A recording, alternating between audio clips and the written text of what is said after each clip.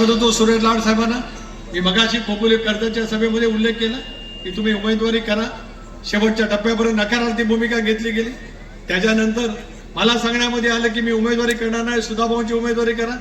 खोपोलीला मी येऊन निर्णय जाहीर केल्यानंतर पुन्हा लाडसाहेबांचा निर्णय बदलला आणि त्यावेळेला थोडासा जो काय फरक झाला त्याच्यातून एक अपप्रवृत्ती या मतदारसंघामध्ये दुर्दैवाने त्या ठिकाणी आलेली पाहिली.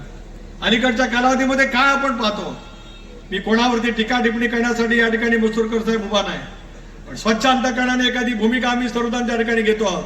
आदिती या राज्याची या जिल्ह्याची ज्याला पालकमंत्री झाली, एका भगिनीला त्या ठिकाणी पालकमंत्री पदाची संधी मिळाल्याच्या नंतर अष्टलाग्य पद्धतीने महिलांच्या संदर्भात जे बोलू नये ते बोलण्याचा प्रयत्न त्या कालावधीमध्ये आजच्या विद्यमान आमदारांच्या काळामध्ये झाला. एक संघर्ष सुद्धा राष्ट्रवादी काँग्रेस पक्ष आणि त्यावेळेच्या एकत्रित शिवसेनेच्या कार्यकर्त्यांची झाला, तरी सुद्धा आम्ही मनाचा संयम त्या ठिकाणी टाकतो. कोणतरी मला म्हणालं काल परवा कर्जतच्या का खोपोलीच्या सभेत, माझा डीएनए तपासा. होय, माझा डीएनए आहे. सर्वसामान्य माणसाच्या हितासाठी समर्पित भावनेने त्या ठिकाणी काम करणं माझा डीएनए आहे. धर्मनिरपेक्ष विचाराची जपणूक करणं माझा डीएनए आहे. समाजातल्या वेगवेगळ्या घटकाला सोबत घेत त्या ठिकाणी काम करणं. पण माझा सवाल आहे थोरवे साहेब, तुम्हाला डीएनएचा एकदा लॉंग फॉर्म सांगा, म्हणजे तुम्हाला त्याचा अर्थ कळतो काय. मला एकदा डीएनएचा लॉंग फॉर्म काहीतरी सांगा, नाही तर कोणाच्या कडनं तरी विचारून घ्या. त्याचा लॉंग फॉर्म तुम्हाला जर का इंग्रजीमध्ये बोलता आला आम्हाला आनंद होईल, त्याचा अर्थ सांगता आला तर आनंद येईल. तुमचा डीएनए मी सांगतोय, आज तुम्ही सगळेजण या व्यासपीठावरती आहात. माझ्या आयुष्यामध्ये गेल्या 45 वर्षाच्या आयुष्यामध्ये साधी एनसी सुद्धा सुनील तटकरेवरती दाखल नाही, साधी एनसी सुद्धा माझ्यावरती दाखल नाही. आणि तुमच्यावरती इंडियन पिनल कोड खाली असले कुठले सेक्शन राहिले नाहीत की ज्याचे गुन्हे तुमच्यावरती दाखल नाहीत, असं एकही त्या ठिकाणी राहिलेलं आपल्याला पाहायला मिळतं. या परिसरामध्ये मोठ्या प्रमाणात औद्योगिकरण येत आहे, नागरिकरण झपाट्याने वाढत आहे. जा प्रत्येक कुठल्याही कारखान्यामध्ये जाऊन काय पद्धतीने त्या ठिकाणी बोलत जात आहे. कारखाने अनेक वेळेला दादा बंद होत आहेत, अनेक कारखान्यांमध्ये संघर्षाची भूमिका दुर्दैवाने होते आहे आणि त्याच्या माध्यमातून वेगवेगळे घडलेलं तुम्ही आम्ही त्या ठिकाणी पाहू शकतो. आज काय होत आहे, या खोपोली नगरपालिकेमध्ये गेले 4 वर्ष प्रशासकाची राजवट. प्रशासक म्हणजे घूट उठला पाहिजे, बसला पाहिजे. दारू विकास आराखडा या खोपोलीचा मसुरकर साहेब ज्या पद्धतीने तयार झालाय, तुम्ही एकेका या शहराचं नेतृत्व केलंय. मला अभिमान त्या गोष्टीचा वाटत आहे की एका अल्प समाजामध्ये असलेल्या कार्यकर्त्याला खोपोलीने या शहरामध्ये राष्ट्रवादी काँग्रेस पक्षाच्या वतीने निर्णायक पैकी नगराध्यक्षपद पाहायला सुद्धा पाहायला मिळू शकत आहे. आरोग्य विकास आराखडा काय काय नेमकं त्याच्यामध्ये झाल्या, खोपोलीकरांनो एकदा संधी द्या. या पारूप विकास आराखड्याच्या आत काय दडलेलं आहे ते तुमच्या समोर सांगण्याचं काम आम्ही उद्याच्या कालावधीमध्ये प्रामाणिकपणे त्या ठिकाणी करू, हे आपल्या सर्वांना त्या निमित्ताने आश्वस्त करू शकतो. 99 सालामध्ये मी नगर विकास खात्याचा राज्यमंत्री झालो. इथेही त्यावेळेला अनेक काही गोष्टी घडलेल्या होत्या.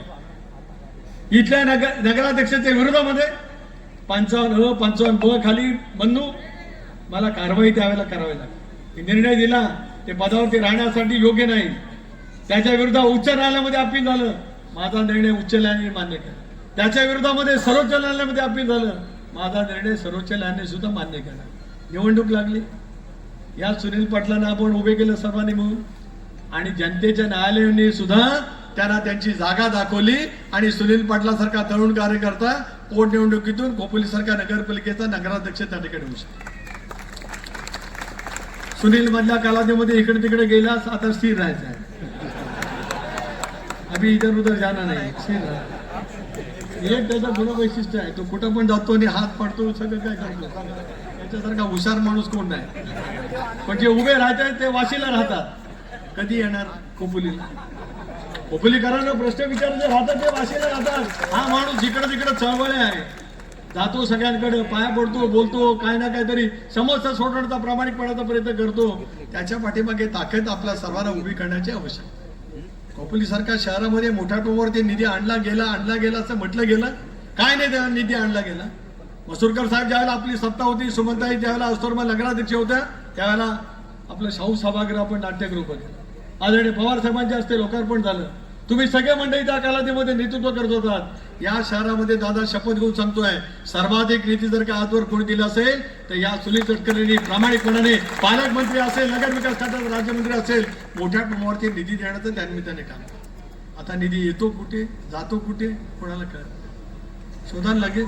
शोधू आपण. खोपोलीकरांनी एकदा पुन्हा विश्वास टाकल्याच्या नंतर ते शोधाचं काम करावं लागेल. पण खोपोली शहराचं वैभव उद्याच्या कालावधीमध्ये निर्माण करण्याची प्रामाणिकपणाची भूमिका आपल्याला त्या ठिकाणी घ्यावी लागेल. आणि भूमिकेत गटारांचा प्रश्न असेल, पिण्याच्या पाण्याचा योजनेचा प्रश्न असेल, शहरातील कला क्रीडा वैभव अतिशय उत्तम पद्धतीने जतन करायचं असेल तर त्या साऱ्या गोष्टीला ताकद आणि शक्ती देण्याची आवश्यकता खूप मोठ्या प्रमाणावर आहे. मंगेश दळवी, तुम्ही सुद्धा एक हाडाचा कार्यकर्ता.